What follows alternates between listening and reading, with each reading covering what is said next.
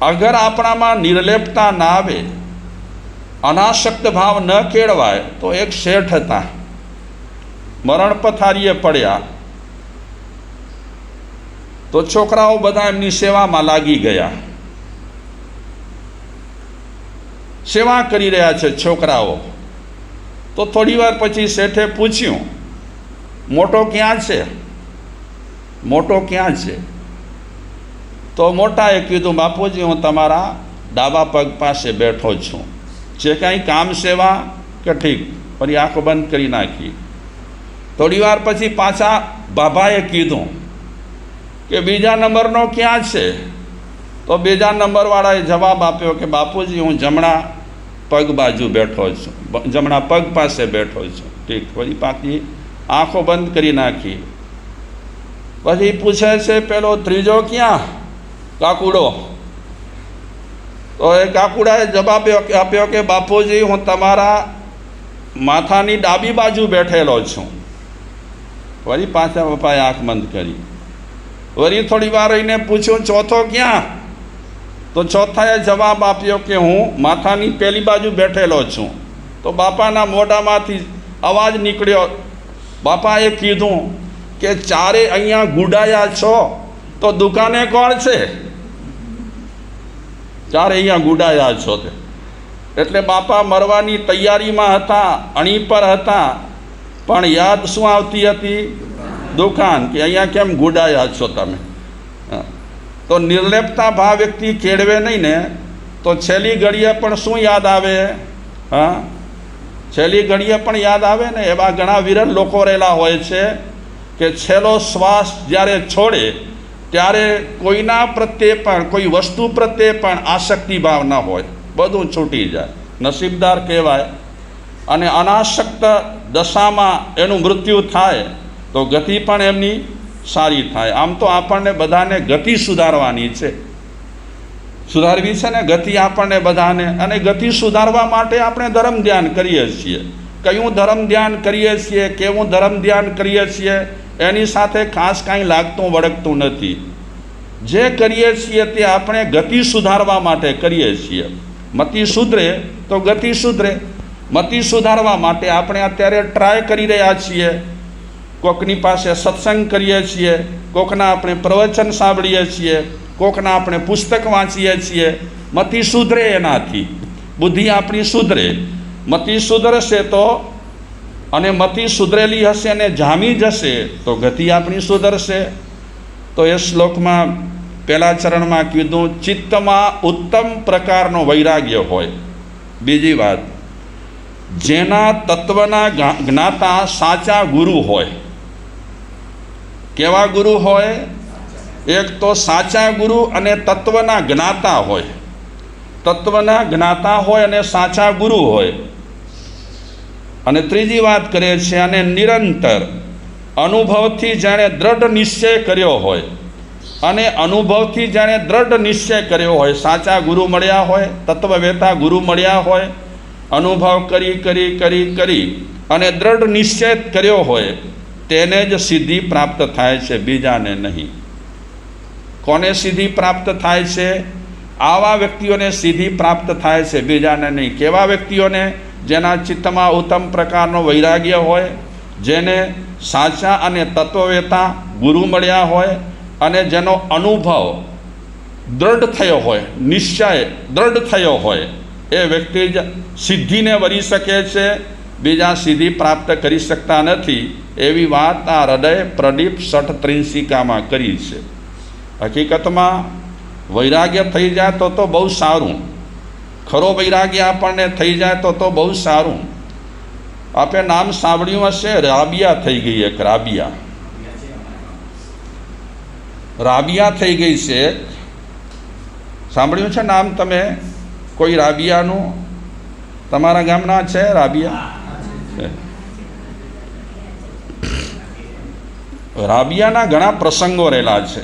જે રીતે ગુજરાતમાં કે રાજસ્થાનમાં મીરાબાઈ કે નરસિંહ મહેતા થઈ ગયા, તે રીતે રાબિયા એક સંત કવિ થઈ ગઈ, સંત થઈ ગઈ. મહિલા સંત હતી, બહુ જ ત્યાગી અને બહુ જ વૈરાગી. આવાઓના આપણે પ્રસંગ વાંચીએ, આવાઓના પ્રસંગ આપણે સાંભળીએ ત્યારે આપણને લાગે કે જેમની પાસે કાંઈ ન હતું એ સુખી હતા, અને જેની પાસે ઘણું છે એ બિચારા દુઃખી રહેલા છે. 5 લાખ મળ્યા હોય તો 15 લાખની ઈચ્છા થાય, 15 લાખ મળ્યા હોય તો 25 લાખની ઈચ્છા થાય, કરોડો મળ્યા હોય તો કરોડોની ઈચ્છા થાય. એટલે જેની પાસે ઘણું છે એને તલબ ઘણી છે, જેની પાસે ઓછું છે અને જેણે પોતાને મનને મનાવી લીધું છે અને સમાવી લીધું છે એને કોઈ જાતની તકલીફ નથી.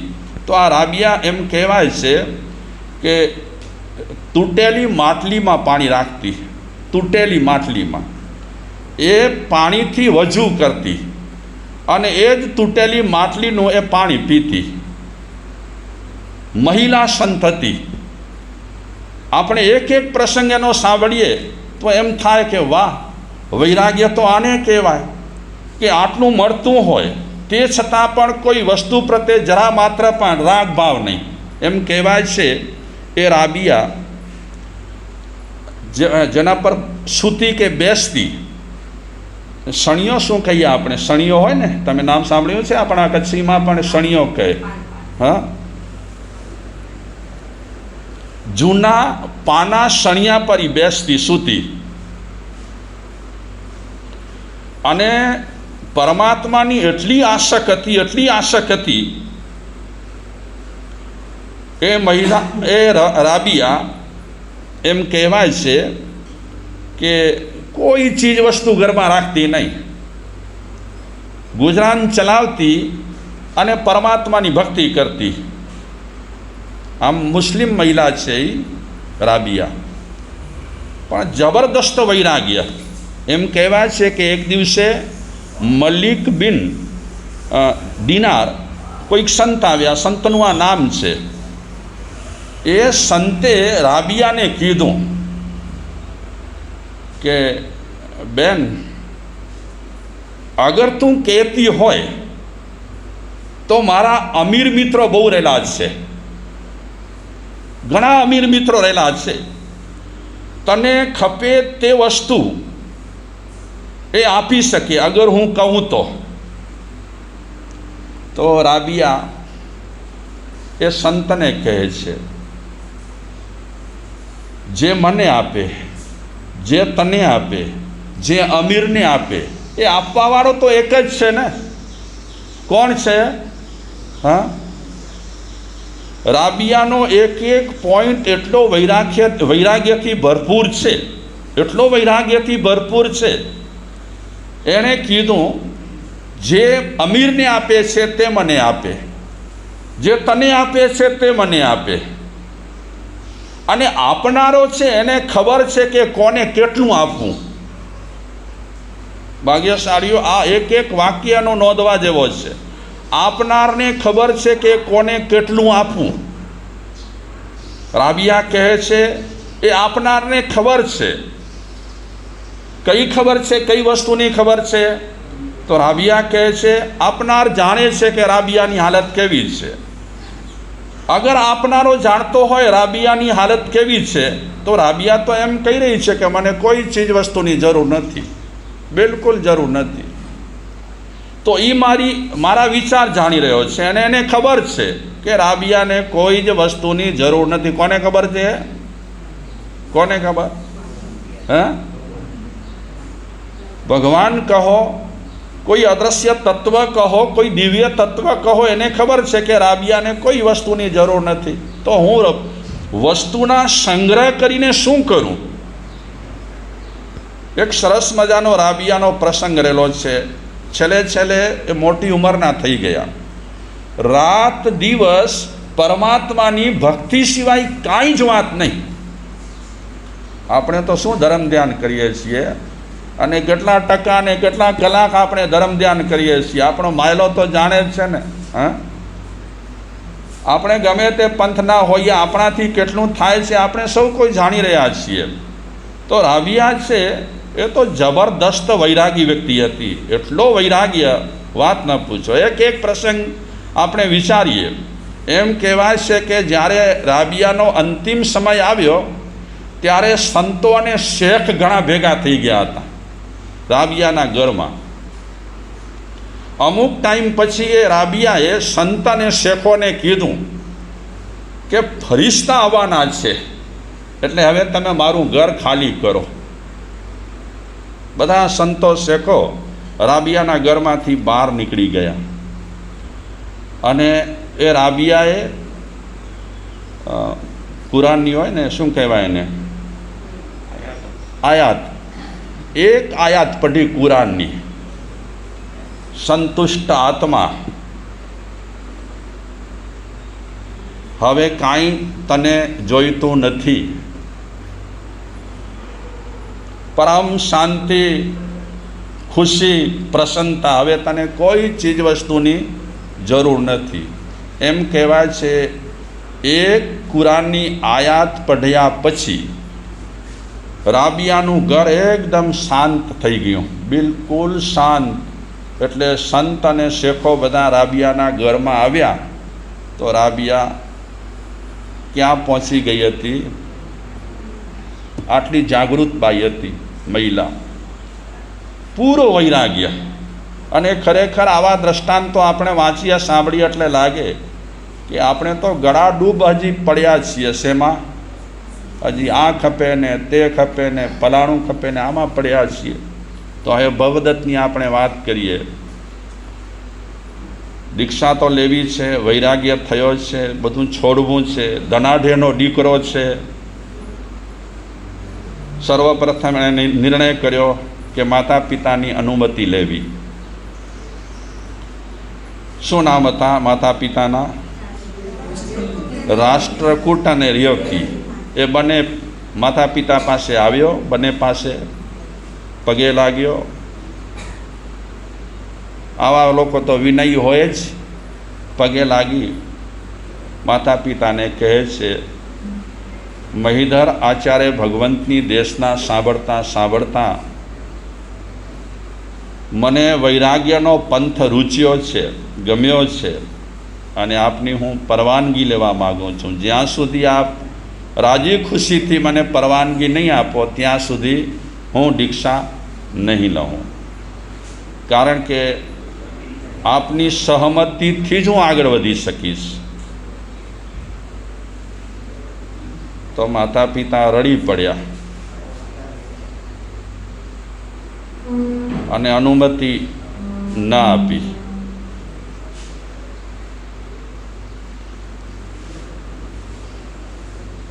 બિલકુલ અનુમતિ ના આપી.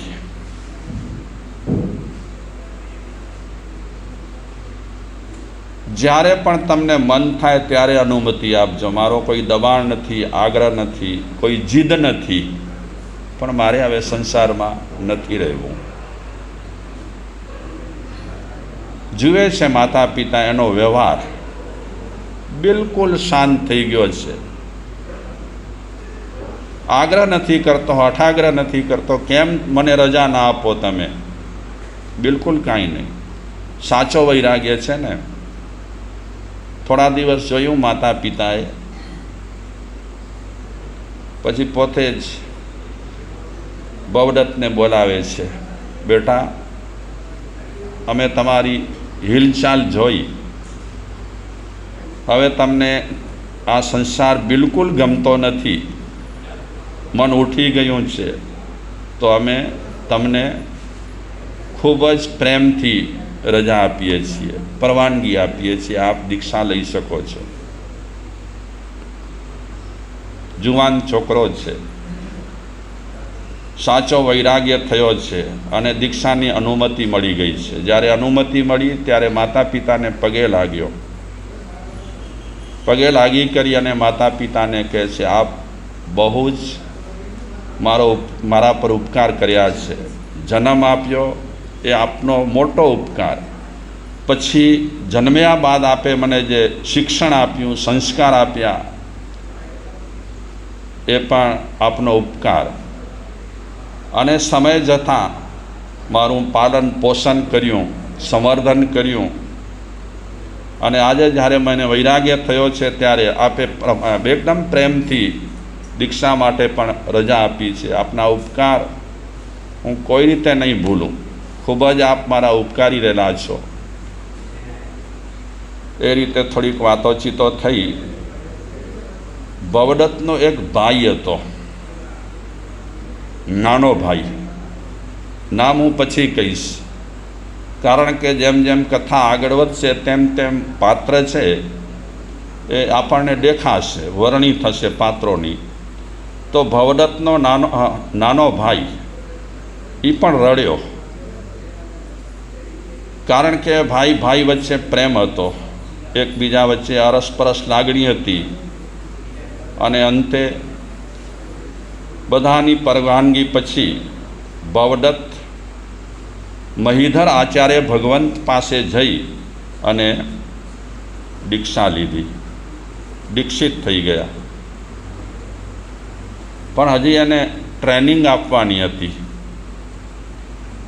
શાસ્ત્રોનો અભ્યાસ કરાવવાનો હતો. એટલે દીક્ષિત થયા પછી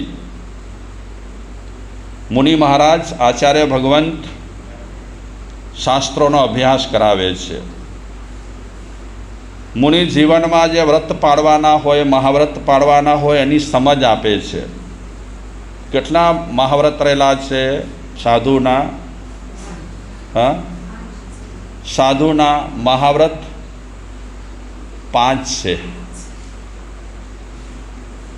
કયા 5 મહાવ્રત? જે તમારા વ્રત તે અમારા મહાવ્રત. પછી અમારી સમિતિ ગુપ્તી હોય, તમારામાં એ ન હોય. એટલે 5 સમિતિ ગુપ્તી બધું સમજાવે છે એને કે સાધુ જીવનમાં કેવી રીતે રહેવાનું, 5 મહાવ્રતોનું પાલન કેવી રીતે કરવાનું, આ બધું સમજાવે છે. અને વૈરાગ્ય વાસિત જીવ હતા, હૃદયપૂર્વક વૈરાગ્ય થયેલો છે અને પછી દીક્ષા લીધેલી છે. એટલે એક એક વસ્તુ પર એમને ઇન્ટરેસ્ટ છે, ખૂબ જ ઇન્ટરેસ્ટ છે. આ રીતે ગુરુદેવ મહીધર આચાર્ય ભગવંત એ રોજે રોજ સાધુ જીવનમાં કેવી રીતે રહેવું જોઈએ એ એક એક ટોપિક એમને સમજાવી રહ્યા છે. અને પોતાની સાધના ભવદત્ત મુનિ કરી રહ્યા છે, આગળ વધારી રહ્યા છે. કયા ગામમાં હતા? સુગ્રામનગરમાં હતા. આ સાધુ હતા, સાધુ તો ચલતા ભલા. એટલે આચાર્ય ભગવંત ત્યાંથી વિહાર કર્યો. વિહાર કરતાં કરતાં એ આચાર્ય ભગવંત વત્સ દેશમાં પધાર્યા. અને વત્સ દેશમાં રાજધાની હતી વત્સ દેશની, એ કૌશાંબી નામની નગરીમાં પધાર્યા.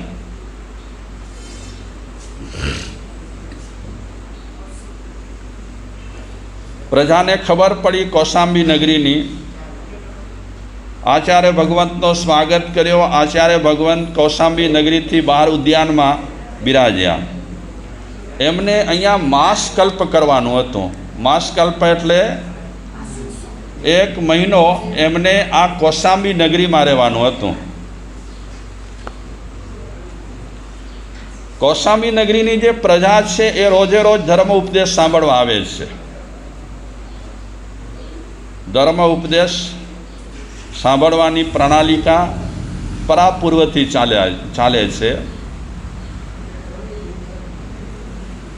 ચાલે છે ને પરાપૂર્વથી. આમાં તમને કાંઈ મહેનત કરવાની નથી. ધર્મ ઉપદેશ સાંભળતી વખતે ખાલી બેસવાનું, એકાગ્ર ચિત્ત રાખવાનું. હમણાં તમારું ચિત્ત એકાગ્ર નથી, બેચિત્ત થઈ ગયું છે, કારણ કે કંઈક પ્રોગ્રામ બારે ચાલી રહ્યો છે. અને બેચિત્ત થયા પછી મારું ચિત્ત પણ બેચિત્ત થયું. આખું જે હોય સિસ્ટમ આપણી લિંક, એ લિંકમાં ગડબડ થઈ ગઈ. જો ટાવર પકડવો જોઈએ ને એ ટાવર પકડતો નથી. ચાલો કાંઈ વાંધો નહીં. એ આચાર્ય ભગવંત ક્યાં પધાર્યા છે? કૌશાંબી નગરીમાં પધાર્યા છે. કૌશાંબી નગરીની જનતા ધર્મોપદેશ સાંભળવા આવે છે. જ્ઞાનમાં, ધ્યાનમાં ભવદત્ત મુનિ લીન રહેલા છે. આચાર્ય ભગવંતની સાથે પણ બીજો શ્રમણ વૃંદ છે. શ્રમણ વૃંદ એટલે બીજા સાધુઓ પણ ઘણા રહેલા છે. કારણ કે પહેલાં જમાનામાં દીક્ષાઓ બહુ થતી, બહુ દીક્ષાઓ થતી. હવે ધીરે ધીરે દીક્ષાઓ ઘટતી ગઈ તે બહુ ઘટી ગઈ. શું કારણ હશે?